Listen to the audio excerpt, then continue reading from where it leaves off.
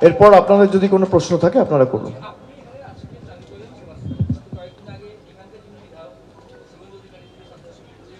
আপনি মাইক নিন, তাহলে যারা আছে শুনতে পাবে এবং সবাই বুঝতে পারবে। আপনি সেবাশ্রয় আজকে চালু করলেন এখানে। গত কয়েকদিন আগে এখানকার যিনি বিধায়ক শুভেন্দু অধিকারী, তিনি স্বাস্থ্য শিবির করেছেন এবং গত 2-1 দিন ধরে তৃণমূল কংগ্রেস অভিযোগ করেছে যে এখানকার বেশ কিছু পোস্টার, ব্যানার, হোর্ডিং ছিঁড়ে দেওয়া হয়েছে সেবাশ্রয়। সব মিলিয়ে কি বলবেন? না দেখুন, আমি যেটা আপনাদের বললাম যে আমি প্রথমবার অক্টোবরে ফোন পাই, মানুষের অধিকার রয়েছে বলার, আমার একটা হেল্পলাইন নাম্বার রয়েছে, এক ডাকে অভিষেক। সেখানে খালি ডায়মন্ড হারবারের লোকজন নয়, বাংলার যে কোনো প্রান্ত থেকে যে কেউ ফোন করতে পারে, যে কোনো সমস্যার কথা তারা জানাতে পারে। নন্দীগ্রামের মানুষ ফোন করে জানিয়েছিল এবং সেটা খবরে আসতে তখন তিনি নভেম্বর মাসে শুরু করেছিলেন। কিন্তু আমি যেটা শুনেছি 2-3 দিন করে আবার বন্ধ করে দেয়, তারপর আবার যে নন্দীগ্রামে সেবাশ্রয়ের পোস্টার, ব্যানার দেখতে পায় আবার চালু করে। তো এটাই বোঝা যাচ্ছে যে লোক যদি আলটিমেটলি সেবাশ্রয়ের মডেলকে এন্ডোর্স করে, তাহলে মানুষ অরিজিনালের পক্ষে থাকবে, ডুপ্লিকেটের পক্ষে কেন থাকবে? যারা সেবাশ্রয় চালু করেছে, আমি এই যেখানে চালু করলাম, আপনারা অনেকে বলতে পারেন যে ভোটের আগে চালু করলো। ভোটের আগে যদি চালু করে বা তৃণমূল এখানে জেতেনি বলে চালু করেছে, তাহলে এরকম 78টা কেন্দ্র রয়েছে যেখানে তৃণমূল হেরেছে। 77টা পেয়েছিল বিজেপি, একটা পেয়েছিল আইএসএফ। তো সেই 78টা কেন্দ্র তো চালু করা হয়নি। কিন্তু মানুষ যদি আমার কাছে দাবি রাখে, আমি সেই দাবিতে সাড়া দিয়ে আমার যতটুকু সামর্থ্য রয়েছে সেই সামর্থ্য অনুযায়ী কাজ করতে বদ্ধপরিকর। তো যারা এইসব হোর্ডিং, ব্যানার, পোস্টার ছিঁড়ছে, এটা তাদের হতাশার বহিঃপ্রকাশ। তারা জানে যে তাদের রাজনৈতিক মাটি পায়ের তলা থেকে সরে গেছে এবং তারা চায় না 4টে মানুষ বাড়তি উপকৃত হোক বা স্বাস্থ্য পরিষেবা পাক। আমার লোকসভা কেন্দ্রে যদি কোনো বিরোধী দলের প্রতিনিধি কোনো ক্যাম্প করে বা কেন্দ্র সরকারের তরফ থেকে যদি একটা উন্নয়নমূলক প্রকল্প বা প্রজেক্ট আসে, আমি রেড কার্পেট পেতে নিয়ে আসবো। সেখানে তারা ব্যানার ছিঁড়ছে, পোস্টার ছিঁড়ছে, হোর্ডিং ছিঁড়ছে। কেন? মানুষকে বঞ্চিত করে রাখা, নিপীড়িত করে রাখা, মানুষ পরিষেবা যাতে না পায়। আপনি এত বড় নেতা হলে, এতদিন ধরে বিজেপি সরকার কেন্দ্রে ক্ষমতায় রয়েছে, আজকে নেই করে 12 বছর, আর আপনি বিজেপিতে গেছেন 2020 সালে। 2020 থেকে 26, 6 বছর, আমি 1 বছর কেটে দিচ্ছি, 5 বছর। 5 বছরে নন্দীগ্রামের জন্য কি এনেছে? 4টে রাস্তা এনেছে, 2টো জলের প্রকল্প এনেছে, 4টে লোককে ছাদের ব্যবস্থা করে দিয়েছে। কোনো পরিযায়ী শ্রমিক যদি বাইরে কাজ করতে গিয়ে বিপদের মুখে পড়েছে, তাকে তার সাহায্যটুকু একটা জনপ্রতিনিধি হিসেবে যতটুকু সাহায্য করা উচিত ততটুকু সাহায্যের হাতও বাড়ায়নি।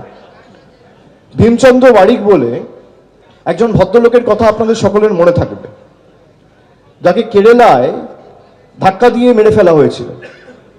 তার ডেড বডিটুকু পর্যন্ত আনার সৎসাহস বা সৌজন্যতা এই বিধানসভার বিধায়ক দেখেননি। এটা আপনার কর্তব্য নয়? তৃণমূলের প্রতিনিধিরা তার বাড়িতে গেছে, তার মৃতদেহকে কেরালা থেকে কলকাতা অবধি নিয়ে এসে নন্দীগ্রামে পৌঁছে দেওয়ার ব্যবস্থা তৃণমূল করেছে। যদিও তৃণমূল নন্দীগ্রামে যেতেনি, কিন্তু মানুষের পাশে দাঁড়ানোর প্রশ্ন যখনই উঠেছে, তৃণমূল ছাড়া মানুষ আর কাউকে পায়ওনি। এটাই পার্থক্য। যে আজকের মধ্যে 1000 ফর্ম ডিজিটাইজ করতে হবে, আজকের মধ্যে এতগুলো ফর্ম কমপ্লিট করতে হবে, কি করে করবে? তারা তো মানুষ। আপনি কোনো রকম কোনো প্রশিক্ষণের ব্যবস্থা করবেন না, তাদেরকে ট্রেনিং দেবেন না, তাদেরকে রিসোর্স দেবেন না, তারা করবে কোত্থেকে? আপনি 2 বছর ধরে করতেন, কেউ তো বারণ করছে না। আর সাসপিশন লিস্ট বা লজিক্যাল ডিসক্রিপেন্সির যে লিস্ট, এই লিস্ট আমরা বলেছি প্রকাশ্যে আনতে হবে। মুখ্যমন্ত্রী নিজে তার চিঠিতেও মেনশন করেছে, তিনি টুইটও করেছেন। লজিক্যাল ডিসক্রিপেন্সির লিস্ট কেন্দ্রীয় নির্বাচন কমিশন, যেটাকে আমরা বিজেপির সহচরী বা বিজেপির সহকর্মী বা সহচরী সংস্থা, সহকারী সংস্থা বলে দাবি করছি, তারা যদি লজিক্যাল ডিসক্রিপেন্সির লিস্ট পাবলিক না করে, জনসমক্ষে না আনে, তাহলে আন্দোলন হবে। আন্দোলন কলকাতাতেও হবে, দিল্লিতেও হবে।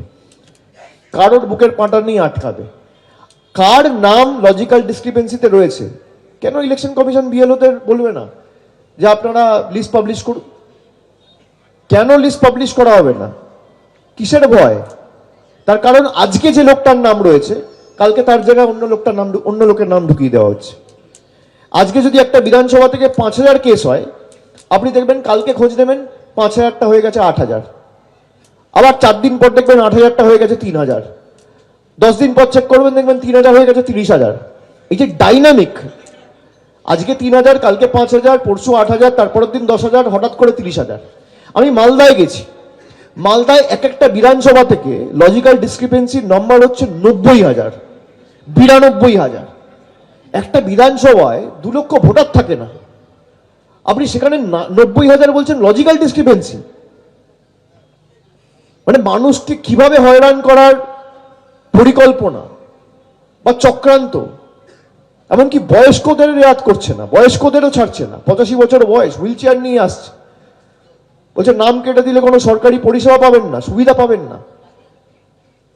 এই ইস্যু নিয়ে আমরা বিগত দিনেও নির্বাচন কমিশনকে একাধিক প্রশ্ন করেছি, আমরা কোনো সদুত্তর পাইনি। আপনি হিন্দু মুসলমানের কথা বলেন, এখান থেকে প্রায় 8 জন মারা গেছে এসআইআর ঘোষণা হওয়ার পর থেকে। এদের মধ্যে কজন হিন্দু কজন মুসলমান শুভেন্দু অধিকারীর নলেজে রয়েছে? কাদের কারণে মারা গেছে? যারা এসআইআর করে গলা ফাটিয়েছিল। আজকে এই 8 জন মানুষের মৃত্যুর দায় কার? আপনারা চাইলে আমি নামগুলো পড়ে দিতে পারি, এবং সেখানে যেমন হিন্দু সম্প্রদায়ের মানুষ রয়েছে, সংখ্যালঘু সম্প্রদায়ের মানুষও রয়েছে।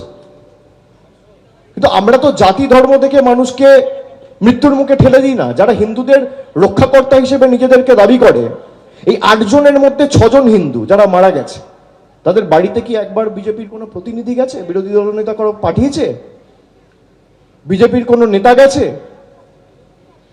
সুতরাং সেবাশ্রয় দেখে যারা বিচলিত, যারা ভীত, যারা সন্ত্রস্ত, যাদের মনে কাঁপুনি শুরু হয়ে গেছে, সেবাশ্রয় চলবে।